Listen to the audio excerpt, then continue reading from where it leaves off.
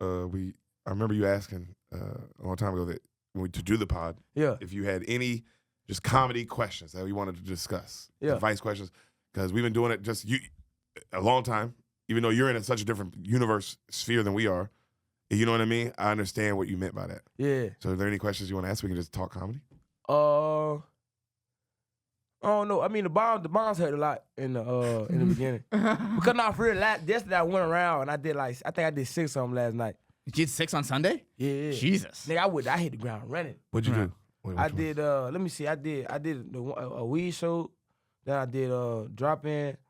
Then I did Mothership.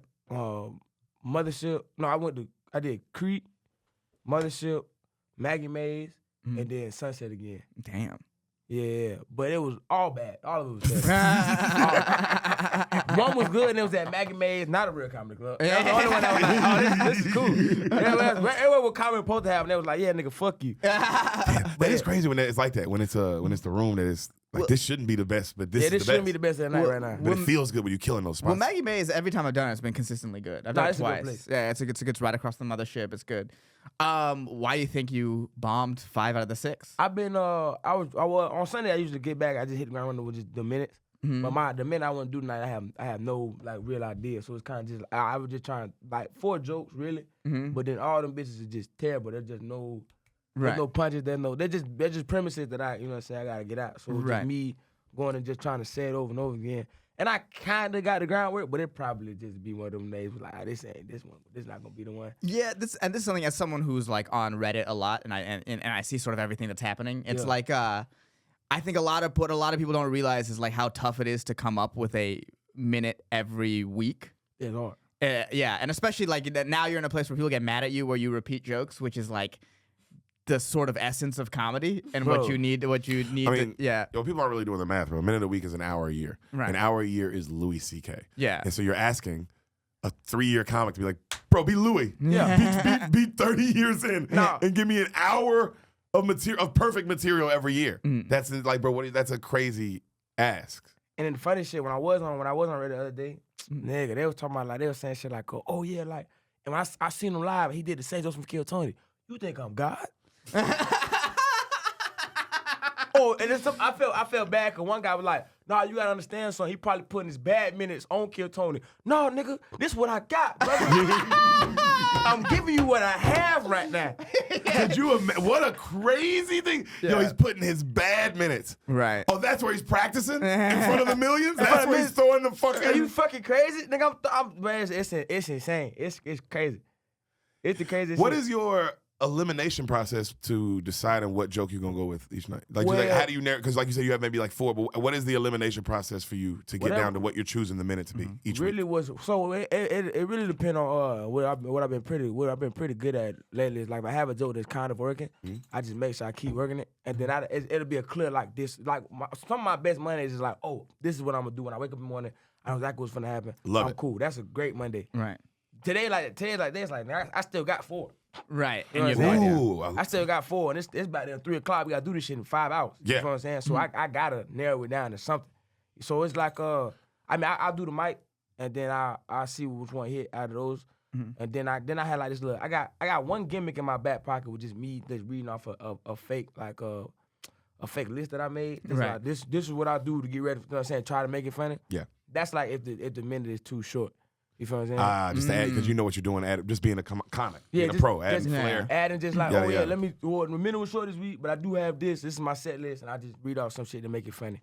You know what I'm saying? Damn, that's fire, bro. I love that. I love the way you have to narrow it down. Yes. You'd have to, people wouldn't understand how hard that would be. No, it's tough. Just deciding each week, like, because also you're like, all right, well, I might not, because then also you're like, well, I'm going to let this one grow. And maybe next week or 2 weeks from now.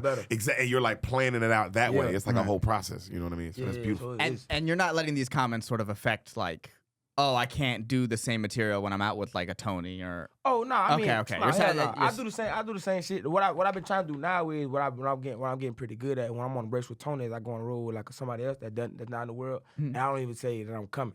You know what I'm saying? Like, so I'm just on the road with somebody else, and then they do their own thing, and I don't even say I'm gonna be there, and I just show up. And if they own audience, and I get to do. You actually have to work your set without people being like, this is the same jokes. It's like, well, that's what a set requires. You know what I'm saying? So that's it. And cause really, I think something I really would like to do in the next like 3 or 4 years would to be like when like just drop like the finish all those minutes, like really finish the minutes, and then drop a special just like with just those minutes. That's then, fire. You know what I'm saying? And then continue to do some other shit that just wasn't on part of the show. Right. That's the game. But I would do that. I would finish those minutes on the road with somebody else. You know what I'm saying? Just so they can polish. Yeah, polish. Yeah, so I can make them better. Yeah, and then also what would be so cool too because they would still sound different hearing them in a different way. It would still sound different. Right. Yeah, which would be so fire. Hearing them in the different way and how the jokes grew. Like I can't imagine what the jokes that you were doing on Kill Tony when you first started, how much they've grown, the ones that you've actually worked. Yeah. You know what I mean? Like that's and to me that's what I would hope the fans would like to see on the road. I think most of them do of just like, oh wow, that's different than what I remember. A lot of them like that. Like people come in last night, they was like, "Oh, you did so much. We saw you in Minneapolis with Tony, and it was so different." So that's what I appreciate, cause it's like they understand like the craft of it. Yes. You know what I'm saying? Like this shit ain't finna, like this shit not finna be the same for them to be like, "Oh, he said this when you just said this, and this now it's so different." And he, you know what I'm saying? So that's what made me feel better about like the situation. Yeah, and like and the reality is in a joke, one word can make the whole thing change. Bro, one word, one pause, one like, I pause here. One now, inflection. Yeah. And just looking at him, just like. Yeah, and so like that, now it's like, oh, this joke is way different just from that. That's like, those are the best fucking feelings, dog. Oh my God. That shit is the best. Yeah, but that's such a different situation to have to put out that minute. Yeah, it's tough. And decide what that minute's gonna be. Now, my other question to you then, because you said you ran 6, you were out with Tony this weekend as well, right? So you were out Friday, Saturday. Yeah. You had spots you had Kill Tony on Monday, like last Monday. You had spots Tuesday, Wednesday, Thursday. Yeah. Out Friday, Saturday. There could be and then you did 6 on Sunday. Yeah. This is the reality of the situation is there's a possibility that those jokes aren't hitting because you're overextending yourself. I don't think so. I think because nah, man. I'm in my mind. It's like I'm so early in the comedy, like in our stage time is like I need it. Yeah. You feel what I'm saying? I don't think with stage time overextending myself. Maybe like traveling and shit. But with stage time right now, I don't think I can get enough of stage time. You know what I'm saying? Like I need it. I feel like I need a hit.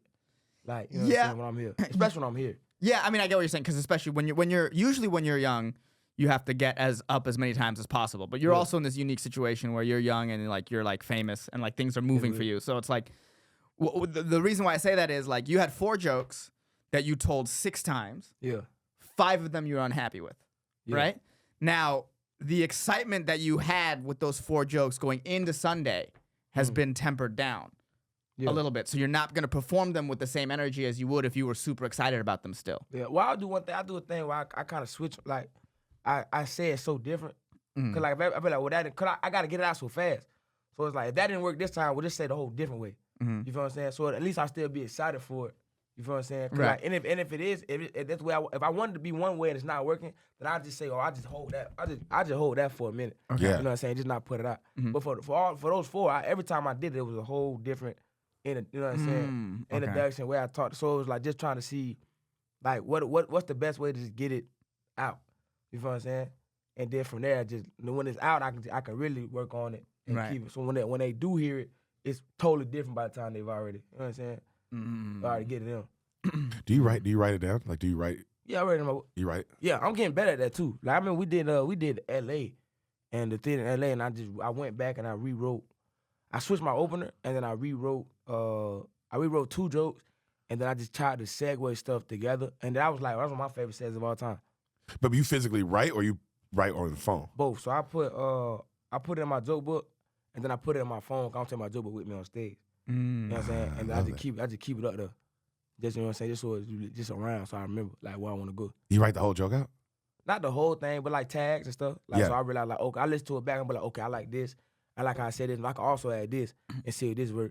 But then it's weird sometimes, cause I said tag one day and it'll crush, and I say it again. It's just like maybe I just was just for that time. Yeah, you know 100%. Well, there is that thing with jokes that there's some ideas that you say the first time you say it gets a laugh, and then it just never gets that ever again. Yeah, which is crazy. It's crazy how it's like the audience knows. Yeah, I do believe it. Like they know, bro, when you're saying something for the first time, and they're super excited. Like somehow they just fucking can tell that you're saying this for the first time. And that's what I was trying to say with doing the 6 is that it's the overall energy that you have. Yeah. So like when you perform an idea that you think is genuinely funny for the first time, a lot of the times, the reason why it hits big and then either you have to work your way back up to hitting big or it just sort of never works again is because you are genuinely excited to tell it in that the first time you tell it. In a way that, like, now that it works, now you have expectations on it. Oh, it should work like this. It should work like this. And then when it doesn't, then you get a weird energy about it, and then you never have that initial, like, oh, I can't wait to try this. Yeah, I feel that too. No, I've done that. I've done that where I've like, it's like that is crazy. Where I've said a joke and then you almost like put expectations on it. Yeah, you absolutely. So like, this joke should hit like this. Yeah, and then it don't. And now all of a sudden I don't like the joke no more. And it's like that's crazy. It's like it's not the joke's fault. And then if it's a tag, all of a sudden the original setup punch isn't hitting anymore because the tag isn't hitting how you want it to. So you're less excited about the whole situation. Yeah, it's such a weird. It's crazy. Listen, I had a homeboy that want to start doing comedy, and I said, man, you funny, you funny shit, but you better love it, boy. But you can be as funny as you want to be. If you don't love it, nigga, this shit'll eat you alive. I done seen it. I started with just fall off, funny as hell, just cause like they just didn't have you 2 miles in a row. It's like, nigga, I hate this shit. Yeah, and the willpower, bro. The willpower to get up every day and hustle and grind and get your feelings hurt and like humble, get humble, get humble, get humble. You have to be, and then you have to be okay with people that you started with, like getting to places above you quicker, and like people who you started after you getting, like you have to like all of that. You have to be like. You have to not let that affect you. Because I've seen that, I'm back in San Diego, there was one of my friends, super funny, couldn't handle the success another one of my friends was getting. And then that slowly led to them quitting. And it's like, damn. Let them quit, it was crazy. It was crazy. Yeah, it was crazy. So it's like, why? Like, if you were just focused on your own work, like, they couldn't see past the other person's success for whatever reason. Yeah, that's crazy. Yeah, that shit is wild, bro. I forgot about that. I know the people you talking about. Yeah. Yeah, dude literally quit. Yeah. Because he was like, I'm funnier than this dude. He keeps getting shit, yada, yada. And then he quit. And it's like, damn, bro, you looked at it wrong. And you know what's crazy? The dude he quit as well. Yeah. That dude doesn't even do it anymore either. Yeah. So it's like, bro, you quit over a nigga that eventually quit. Want to quit. Yeah, man, that shit. You have to love this shit. Like, it's one thing, like, you better love it. You know what I'm saying? Because if you don't. Oh, it's brutal. It's crazy. It's brutal. Because when it's going well, it's great. But, shit. That's why I be telling people, like, ask me who don't really know about the Kid Tony thing. And like my sister was like, damn, a lot of people online talking shit about you. And I was like, yeah, because they don't, this is their first time, for most people, this is their first time seeing the whole process.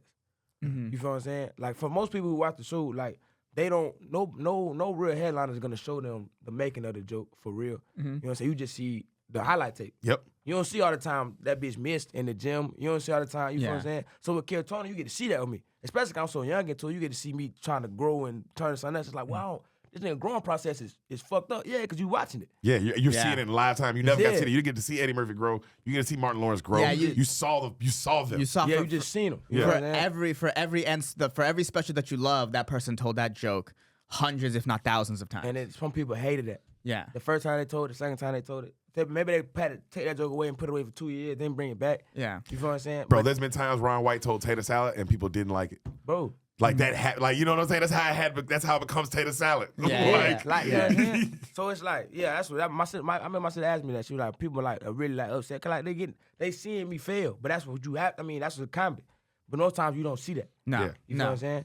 And also, they don't know the comedy is such like it's like failure at such a high rate, and they don't realize that like they think like, oh, we talking about like I watched you was getting laughs, you was killing. It's like, yeah, but you don't understand the bar I'm holding myself to, and how I know I could have told that joke better. It's like, oh, I did get a laugh, but I should have fucking killed with it. But I fucked up this, I flubbed, and or I was just saying it wrong, or I was going too fast, or I was going too, whatever the case may be. But they don't realize that like. Even a good set, damn, there's sometimes, bro, the good, just a good set or a mediocre set feels worse than anything else in the world. Yeah, because like cause especially like if a crowd's like really good, it's like how the fuck did I not get them there? You know what I'm saying? Like, and I know I fucked up. I know that's me. That's on me. Cause they here, they hot as fuck. They ready for the whole thing. How did I get them here? How did I fuck up and do that? You know what I'm saying? Yeah, that shit. It's crucial. People get on me all the time like, why you get so mad? Like that's so good. Like no, it wasn't that to me. Hell no, it wasn't. Because like, man, it's like, especially for me, it's like people tell me I'm good all the time. It's like I gotta at least regulate myself. Yeah. Cause if I go in there and be like, nigga, I did crap, nigga, I lose, I go fucking crazy. Yeah, that's when the pride comes before the fall. Yeah, I go fucking slip. Insane. Yeah. So I make sure I like. Yeah. Man. I think the key is though even if you don't think even if you know it's not like, hey, this was a C set. Yeah. If a person comes up to you that isn't a comic and goes, "That was great," you can't just be like, I wouldn't "No, tell it them wasn't." that. I wouldn't tell them that. No, because they're right. Because that person was like, I was watching laugh my ass off. It's like that. Yeah. Well, how could you tell that person they're wrong, that it wasn't funny? Yeah. You know, like when that last part, I said the punchline too fast and you didn't hit the word. And, like, but I liked it. But you'd have laughed harder. Trust me, you'd have really liked it. You'd have really enjoyed it, but I really didn't fuck up. And then they'd be like, man, I don't know if I should like this person. This guy's fucking crazy. Right. It's like a fucking psychopath. I should get away from. Insane, bro. Yeah, man, this shit is crazy. No, it's such a fun, interesting process to have to like regulate yourself like that. Yeah, because you have to like, but then you also got to be like a person. You got to be aware because you have to be self-aware enough to be like, I'm murdering right now. Yeah, this set is going great, and this is exactly how I want it to go, and this is how that joke flows, and it's not because you're not like up there like, oh man, I'm fucking so funny. You're up there like, okay, this is how I got to run this play every time. Right. I got to run it just like this. Yeah, remember this feeling, bottle it up. Yeah. And try to bring it to the next set. It has to or do better. You know what I'm saying? Yeah, and see if I can. But what's happening right now? It's good. I like this. you ever looked at it? You ever been crushing and you looked up? You probably like doing 15 and you like at 8. It's like, can I keep this up the rest of the time? Man, my nigga, that is such a real feeling. Oh my goodness. Bro, what's even worse is like, yeah, you got to 15, and your fucking kill art is crazy, and you're like, you look up and you're like 3 minutes in, and you're like, okay, fuck. Okay, can we keep this? Can we keep juggling this goddamn ball, boy? Because right now I'm aware that this is going crazy. This is going insane. I said at Little Boy the other day, and I did a sort of newish joke I have about Israel Palestine in the middle, and the way it crushed. Because I was doing really well, and then the way that hit, I was like, "Oh no, I think that's a closer. What did I do?" Like I had no idea it was gonna hit this hard. It never hits this hard. And then and that was the highlight of my set. I did good, but I couldn't follow. I almost couldn't follow my own joke. That's a crazy feeling too. To be like, oh fuck, like that had to go in. That was fuck. I put this in the wrong place. Yeah, this was a crescendo, not. What do we talk about? Something else after this? You know? Well, it's not because what's funny. It's just that clock. I think that seeing the clock really is what it is. Yeah. Right. Because if I wasn't seeing that clock, it's that mothership. You can see the clock is right in front. You probably just keep going. I would just keep going. I wouldn't even. I might even be lost in time. But it's something about. But you know what's crazy is I love seeing the clock. Oh, it's the best. I love because I told her this. My favorite thing about performing at the mothership, bro, for me, especially being on the road, just doing shit, is like, man, I know exactly how long every single joke I do is. Yeah. I know them bitches.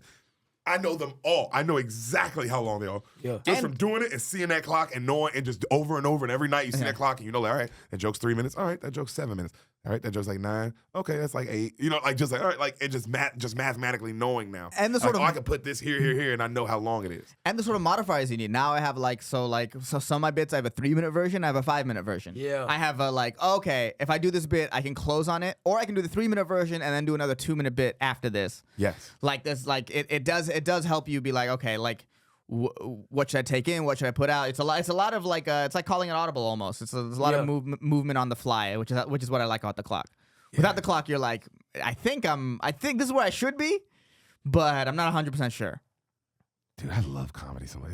It's just like just the fact that like how important the clock, like what just a clock can change your whole life. It's so technical, right? What we do out there is crazy. Like it's so much to go into like a good set. Yeah, you know what I'm saying? It's like, beautiful. Up to like how the room is set. Yeah, like there's so many times I've walked into a room that sat poorly, and I was like, oh, this show's gonna suck. Why did they seat the room like this? I mean, I used to see people be like, Cam, stop doing that. Why put them over here? And I'll be like, oh, that make more sense. Actually, I shouldn't put these random ass people in this fucking back corner by themselves. You should put them next to other people to create energy. They can talk. Now people just sitting there looking weird. Disconnected. They feel like they're by themselves. Yeah, we're not the math. Yeah. No, the math, 100%. There's a math to like the whole show. There's a math to like all of it. It's really, really fucking dope. Down to the end, like if at the Comedy Store, it was to the point where like you have to go through the patio to go to the original room and the belly room. And if the patio guy was in a horrible mood, it would affect those two shows. For sure. Now, it wouldn't mean both shows would be bad, but like the OR might have needed like a comic or two to really warm up because they're coming into like the negative energy right away. So it's like all that sort of stuff. The energy that the people, the greeter, the energy or the security. Like, yeah, if the security's being cool or the security's being like more of a dick, that shit will bro. It's a trickle, like it's a trickling mood. Like, you know what I mean? Like of things happening. How is the room lit? How is the room? If the room's too well lit, it's gonna be a harder show. Yeah. No one likes to laugh and see other people laughing. It's really weird. Everyone likes to laugh in the dark. Yeah. Yeah. Laughing's really intimate. Hey, is it weird for y'all go do other places and people got their phones? Yes. I mean, it's not weird because, I mean, you know, it's in my head. In my head, it's like, well, that's been comedy my whole life until this very recent point where I'm around this guy, Vulcan and this place where there's no phones. So I'm used to it, but I will admit that it's like, now I notice it. Now, I've always noticed it because, you know, this motherfucker on my phone. But like, even on the road this weekend when I was headlining, like, I was like, oh, yeah. You know what I mean? Like, this motherfucker's on his phone right now. Yeah. This bitch is on the phone. And some people not front row late show Saturday. Front row late shows, bitch to the left. You think we ain't forgot about you, ho? Yeah. Dumbass bitch. Dumbass, bro. I hated this dude. Her table. This is what made it worse. Her table was. I mean, you know when the table's like loving it more. You're like, man, I fuck with this table. They're great. Yeah. And then her, just texting the entire, like just on her phone. And the show was so good. It was going so great that it was like, I made the call. I just made the call. I was like, it's not even worth it to give you the energy that I can give you right now. It's not even worth it for me because everyone else is having such a good time that I'm looking at them. That for what? Just to let you win? Yeah, crazy. But of course, I look at her. She won. I'm talking about her now. God damn it! Yeah. Go listen to her podcast. Go listen to her podcast. I'm a stupid bitch. Yeah. When she goes to random comedian shows and sits in the front row and just sort of fucks front row on her phone, fucking the vibe up. But Yonder Bass is the best thing ever in the history of comedy. Bro, it's crazy. I tell people all the time because when I'll tell people like, bro, you should use the Yonder Bass. Why? I was like, bro, my favorite thing. I open it for Rogan or open for any of those Fat Man shows or Little Boy shows when you sitting in the back of Fat Man behind that curtain before the show starts, and you can just hear everyone talking because they have no choice. They're all talking. They're all just being regular people. Like it's like they forgot. It's like they're transported back to a time. Like you know what I'm saying? It's really there. That's like you really realize how tethered to your phone you are. Yep. And when that's cut, there's almost like a freedom because there's nothing they can do but be free in that moment and in the moment with the people around them. Because even the side splitters this weekend, which was awesome, but you walk into the room and you see everyone just like half of them's on their phone. Nobody's really. A couple tables are talking, but not really. But imagine, even though like shows weren't all the way sold out, some of them were packed, some of them were packed more than others, and some were a little lighter. But imagine just no phones in the situation. Now it doesn't matter how. It doesn't matter. Doesn't matter if there's 5 people in that bitch or 200. They're like they have to interact with each other. Right. You ain't got no phone, and it creates a more sense of an audience. An audience, and energy, all that shit. You know what I mean? I think most big clubs should have it. It'd be hard though for people like these, you know what I'm saying? Be like, oh, we put food in bed, but it's like, bro, I understand. It's gonna be a bad experience for you. You people you be all right. Yeah, they're also stupid. Yeah, to have a moment, to have a couple hours without your phone, the freedom that is. Yeah, bro, you enjoy a show for real. You real deal enjoy a show, dog. I started going out. I started going up, especially Mothership. Well, I used to go up without my phone at all, like nothing in my pockets. That was freeing. Yeah. Now I have a joke where I use a phone as a prop, so I kind of have to always have it on me. But like that in and of itself is just like they're off their phone. There's no phone in my pocket. It's just like we're human beings. I never even thought about that. I always like to have this to record the set. But I've never thought about what he just said. It's interesting. Of like they've been not having their phone for however long, right? Sitting there, so they at a certain point they have forgotten that they have a phone. You're kind of walking out with a phone. You're almost reintroducing the idea of like a phone to these motherfuckers. It's like, yeah, exactly. Not a boo-boo. Exactly. You can't have it. Lame man, nigga. Oh, you got a bag for your phone, bitch ass nigga? You could say that on stage, probably. Bro, you know what's real? You could actually say that on stage. That's a crazy memory that you just brought up. So I remember we went and seen Travis Scott with Schulte, right? Yeah. And then we go back. Yeah, We go back to the. I got stuff for you too. Go ahead. Bro, I love this. Okay, so we go back to the like area. They're like, all right, this is where you're gonna meet Schultz. Wants to meet Travis. I mean, Travis wants to meet Schultz. So we in the back. There's other people there too. Yeah. They bagged everybody's phones up though, and it's bad bitches everywhere. But they bagged everybody's phones up. But they didn't bag up Schultz's. He's the only person in the whole room, bro, who got to have his phone because it's Travis Scott. You know what I'm saying? So not another person in the room got to have their phone. And bro, he's on his phone. You see every bitch like looking at him, and he's already Andrew Schultz. And he's like, and the girls are coming up and saying stuff to him. He's like, oh yeah, thank you, he's being nice. And I was like, bro, you realize like you're God in this room. I was like, he's like, what do you mean? I was like, bro, you're the only one who has his phone out. Look around. Everyone else is just talking. They kind of you have no choice, whatever. But you sitting there like this, which makes you look like It doesn't matter if they know you're Andrew Schultz or not. You're the most powerful man in the room. In the room. Right. Yeah. That is crazy. But yeah, that was what the memory of just that vividly of like, damn, but the dynamics of having your phone in a room where nobody else does.